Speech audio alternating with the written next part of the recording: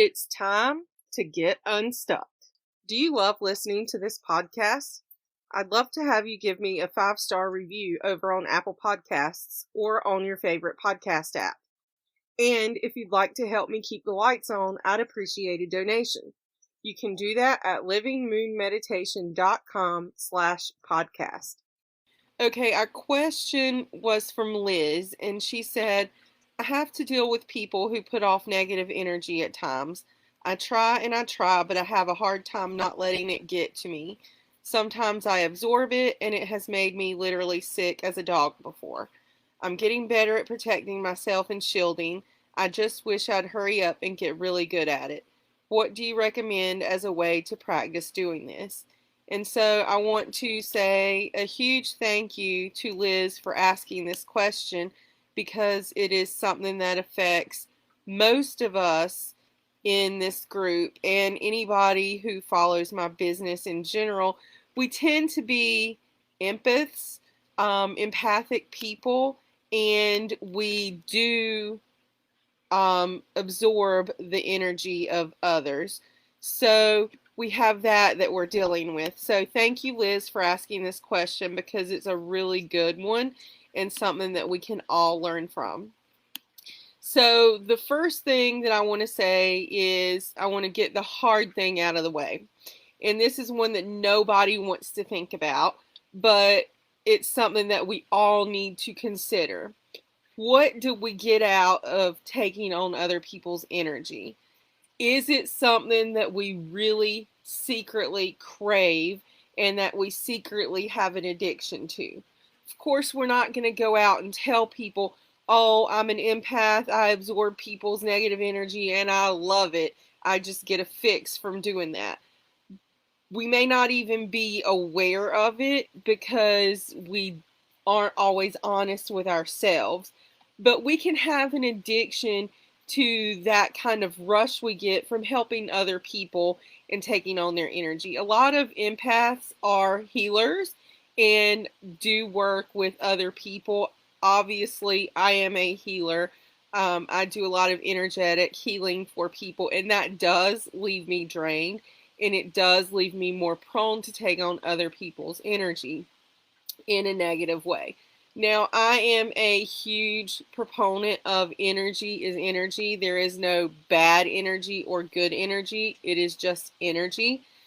The good and the bad comes from the people who are projecting the energy. So there can be what we term bad energy because of the bad intentions and motivations in the person that is projecting that energy. And so as a healer, I can take that energy on. When I work with somebody, I can leave them feeling in a better emotional state, but by the time they leave and feel better, I feel worse. And it can get addictive sometimes to people, and we have to be honest with ourselves to determine if we have that kind of addiction to that feeling that we get from helping others. We don't necessarily like the feeling bad part or the absorbing the energy part, but we like the high and the rush that we get from helping others, and so we deal with the byproduct of that. It's like somebody who's addicted to drugs. They don't necessarily like the bad feelings they get from drugs, but they take that in exchange for the high that they get from the chemical dependence. So I am not in any way saying that empaths and taking on other people's energy is a drug addiction. I'm just using it as an example to say we need to be honest with ourselves first and foremost and see if we do have some kind of emotional attachment to the feeling that we get in that situation. And if we know that we have that, or if we've been honest and we see that we don't have that, we need to be diligent in doing the work to protect ourselves and then to cleanse ourselves when we do take on other people's energy. Because the thing is, we can't avoid it. Empathic people can't avoid it. It's who we are. That's what we do. We absorb other people's energy. We take it on. But we can protect ourselves. We can put protections in place to ward off the energy, and we can do things to cleanse ourselves once we do have other people's energy that we've taken on.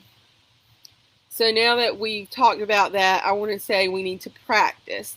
And I like how Liz said she tries and tries at this and she's getting better at it, but she wants to get really good at it. The thing is, it takes practice. We can know all the tips and tricks in the world for energy protection and for protecting our emotional energy, but if we don't put them into practice, they're not going to do us any good. And doing it one time does not make us an expert. And even if we are an expert, so to speak, in protecting ourselves, it doesn't mean that we're never going to have a situation that we don't take on somebody's energy. We can put all the protections in place, but sometimes it just happens because we're human and we are that type of person who takes that on. So it's a constant state of practice. And yes, the more you practice, the better you will get at it. But you're never going to get to a point in your life where you don't do it at all. So just keep that in mind as well. So there are literally thousands and thousands of things you can do to protect your energy. And I obviously am not going to sit here and talk about every single one of them. But I do want to talk about a few techniques that I use personally that I like and that I recommend to others. And then you can take them or leave them, whatever resonates for you. I never want to say you have to do exactly what I do because you are a sovereign individual. And I am just sharing information to you of what works for me. So if what I do does not resonate with you, please don't feel like you have to do it because there are lots of other techniques that you can do. So for preventing taking on somebody's energy, if I know I'm going to be in a situation where I'm likely to take on somebody's energy, I will start my day by grounding. I'll get up that morning, and if I don't do it in the morning, let's say I wake up today and I don't know what I'm going to do, but then later today I'm invited to go somewhere and I can't get out of going, but I know that it's going to be a huge energy drain and it's going to be a situation where I'm around people who are going to be projecting that energy on me. Well, at that point, when I know that I'm going to be going to that thing, whatever it is, I'll ground then if I don't do it in the morning. But it could be a very good practice. Well, I'm not going to say it could be. It is a very good practice to ground every morning when you wake up.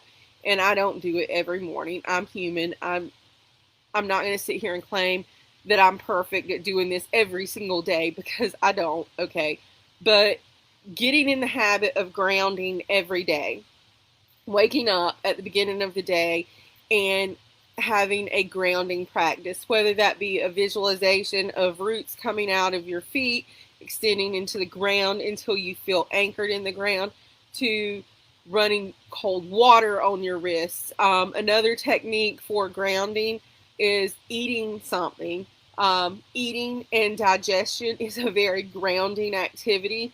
So anytime you're feeling a little spacey or a little too much in your crown chakra, so to speak, you can eat something, and the act of eating and your digestive system kicking in will help to ground you. Although that's not what I'm talking about in terms of grounding back from upper chakra work, but it is grounding and it is a technique that works. So that's another reason why eating breakfast is very important, and why breakfast should be one of the most important meals of your day, is because the act of not eating overnight while you're asleep empties your body and empties your mind, and you wake up in a less grounded state, and eating breakfast will help to bring you back into that state.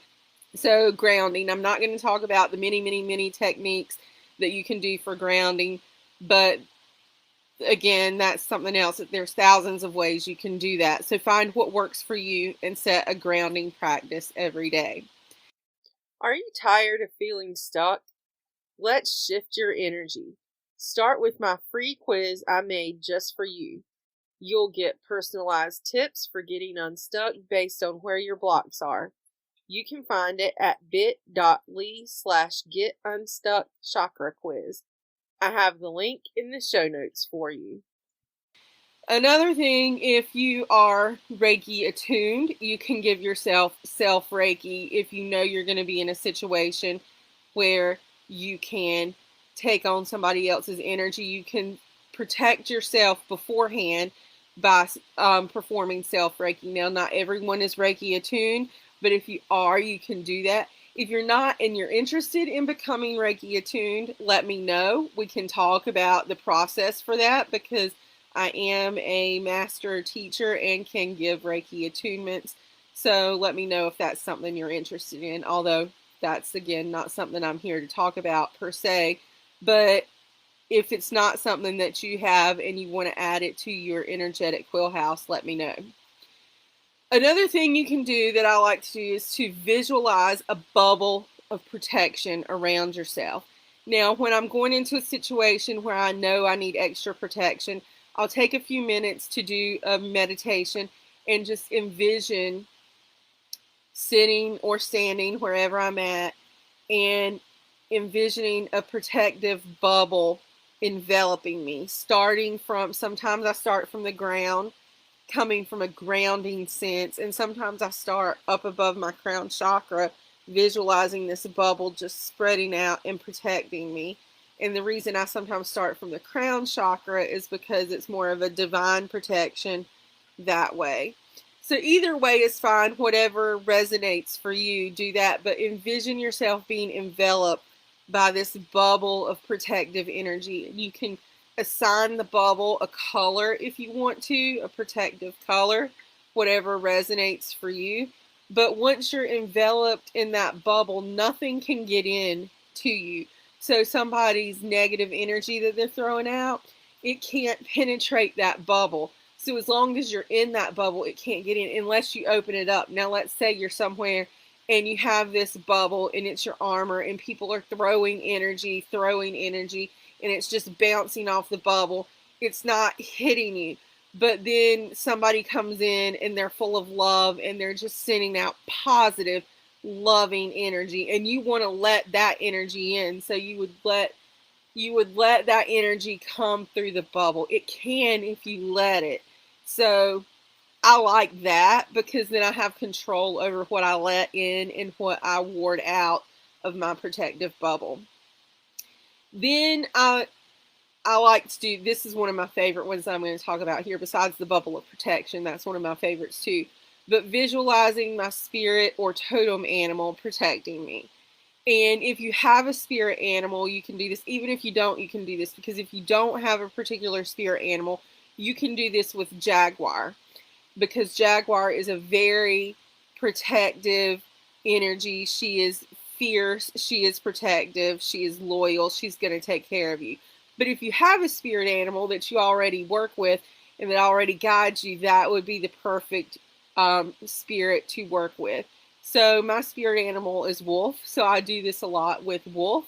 I will call her into me, and I do this in meditation. I enter a meditative state and I call Wolf into me, and she comes and she walks around my energy field, kind of like that energetic bubble. But instead of a bubble of energy feeling like I'm cocooned in that, then I have that protection from Wolf patrolling my area. Wolf is very protective as well, and she's going to take care of me. She's not going to let anything hurt me. So those are some techniques you can use to prevent taking on somebody else's energy. But like I said, no matter what, it's going to happen at times. We can't stop other people from projecting negativity. We cannot stop other people from putting out whatever energetic force they're carrying.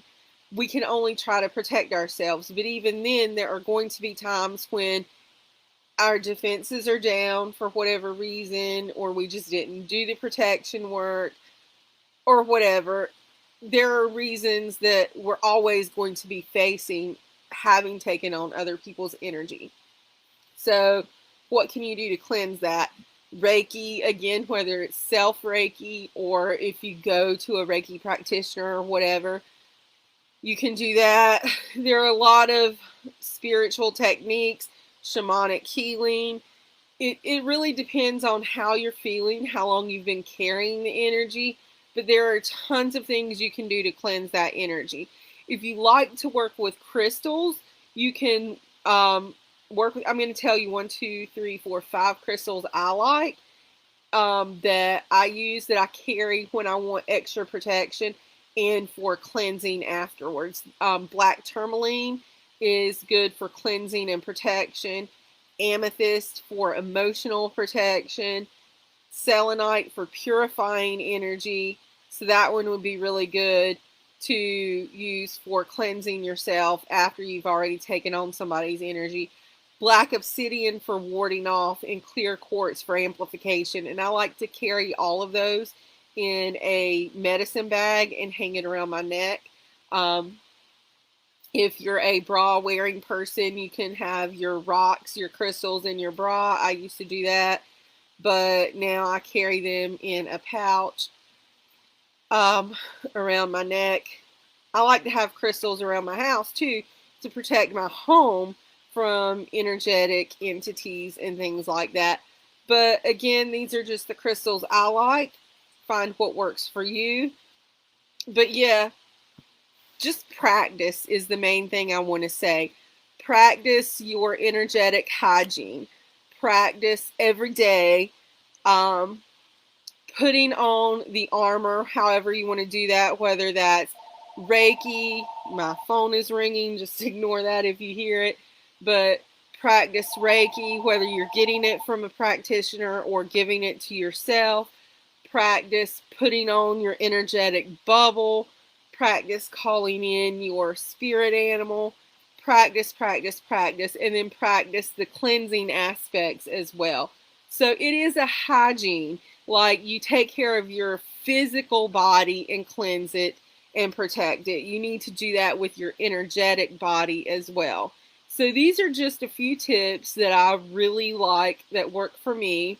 You can take them, you can use them. If what I said does not resonate, just take what does and let the rest go. But those are my tips and the things that I do for energetic cleansing and protection, and I hope that helps. Thank you. Thank you so much for listening to this episode of Get Unstuck with Michele Leffler. It's truly been my pleasure to talk to you today. If you like this episode or you think it will be useful for someone else, please consider leaving a review on your favorite podcast app. If you've got any questions, send me an email to hello@livingmoonmeditation.com. Here's to getting you unstuck so you can be grounded, joyful, and energetic. See you next time.